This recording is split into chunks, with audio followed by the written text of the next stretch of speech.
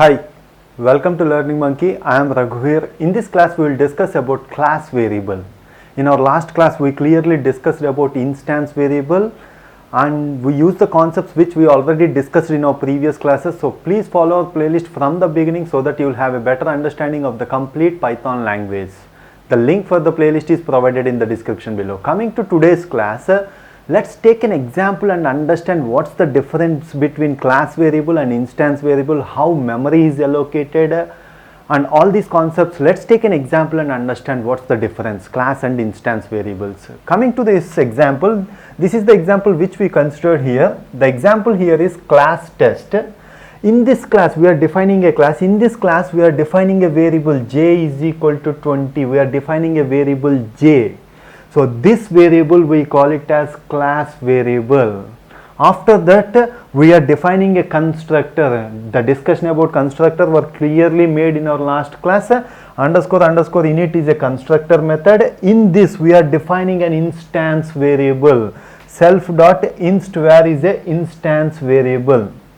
So we are defining an instance variable here. After that, in this class we are defining a method called f is a method and f1 is a method. This is all about our class, and after completion of the class we are doing print test. This is the code which we are executing. So let's check what is class variable, how memory is allocated by analyzing this concept step by step, analyzing this program step by step. Okay, coming to this, first this line of the code will be executed. Before execution, this entire program will get compiled. During the compilation phase, the class variables will get assigned. Memory location is assigned to class variables during the compilation phase. Means during the compilation phase, this j is getting, memory is allocated to this j variable, and that in that memory location we are saving the variable j and the value is equal to 20. Let's assume that during the compilation phase 1000 is the memory location assigned to our variable, class variables j is equal to 20.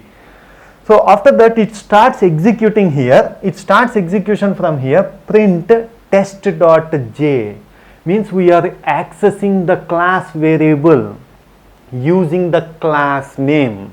Our class name is test, so we are using the class name to access the class variable. Test.j is equal to, already space is assigned during the compilation time, so we can access, means test is referencing to this space, 1000 is our space, test is referencing to this space, so we will access the j variable from test.j is okay, it will display the output is 20.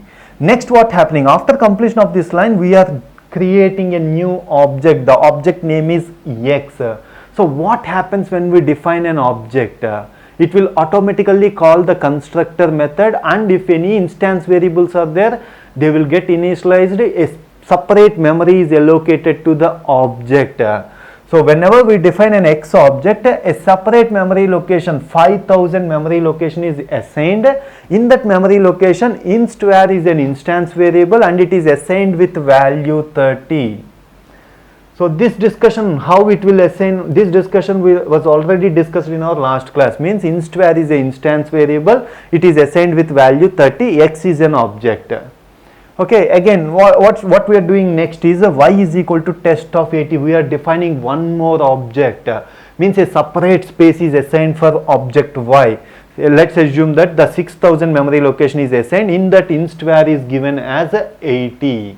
So what we have understood from with these three lines of code, so each object is assigned with a separate memory location. In that separate memory locations, instance variables are given. Instance variables are initialized in that separate memory space. So each object is having its own instance variables. So x object have its own instance variables, instVar. So whenever you are using the object x, it will go and get its instance variables from this space. Y object is having its own instance variables. Whenever we are using the y object, it will get its instance variables from the space allocated to that object. So each object is having its own instance variables. but only one space for class variable. From this you understand that instance variables are belonging to the object. Each object is having its own instance variables, but we can access class variable. Any object can access the class variable, means class variable is global to all the objects. This is very, very important. Class variable is global to all the objects. Any object can access the class variable. Any object can modify the class variable. It is global to all the objects. For suppose example, if you define 100 objects, each object will have its own instance variables, but these 100 objects will have a common class variable. That is what global means. Now let's understand what happens in our next step of the program. We define two objects. Now we are using the object x.f of. We are calling f function using an object f. X.f of. What happens? How it will get executed? F of print self.instVar. So it will get the instVar value from the object assigned to x. X object is assigned with 5000. In that instVar is equal to 30. 30 plus. We can access the class variable using the class name test.j. So what's the value you will get? 20. 30 plus 20, 50 is the output. So that is how it will execute. Next one is x.f1 of. We are calling f1 function using x object. In this f1 function, what we are doing here? Test.j is equal to test.j plus 5, means we are modifying the class variable. Means here we are having 20, in place of 20 it will replace the 25 value. 20 plus 5 is equal to 25. So this is replaced with the 25. Now next line of code is print y.j. We are accessing class variable using object name. Can we access the class variable using object name? Yes, we can access the class variable using object name. So what happens if you access the class variable using object name? That's very important to understand. So whenever you try to access a class variable using object name, what happens inside is, first it will try to check the variable j in the instance space. Is there any variable named j in the instance variables? No. Then it will go for global space, means class variable space. It will go here and check the j variable. If it is available, then it will get the value from class variable name. That is how the same concept we already discussed in local and global variables. In the function, if you call a variable, if you are using a variable, first it will check its local space. In that local space, if you have that variable name, it will get the value from local space. If it is not there in local space, it will go to global space and get the variables from global variable space. The same concept here we are using. Y.j means it will check its j variable in its object space. If it is not there, then go to class space. If it is there in j variable is there here, it will take the value, this value, object space variables. Whatever the variable that present here, j is equal to 50, it will get the value from this instance space. Means local variables are hiding the values of global variables. This is the concept which we discussed when we discussed the local and global variables.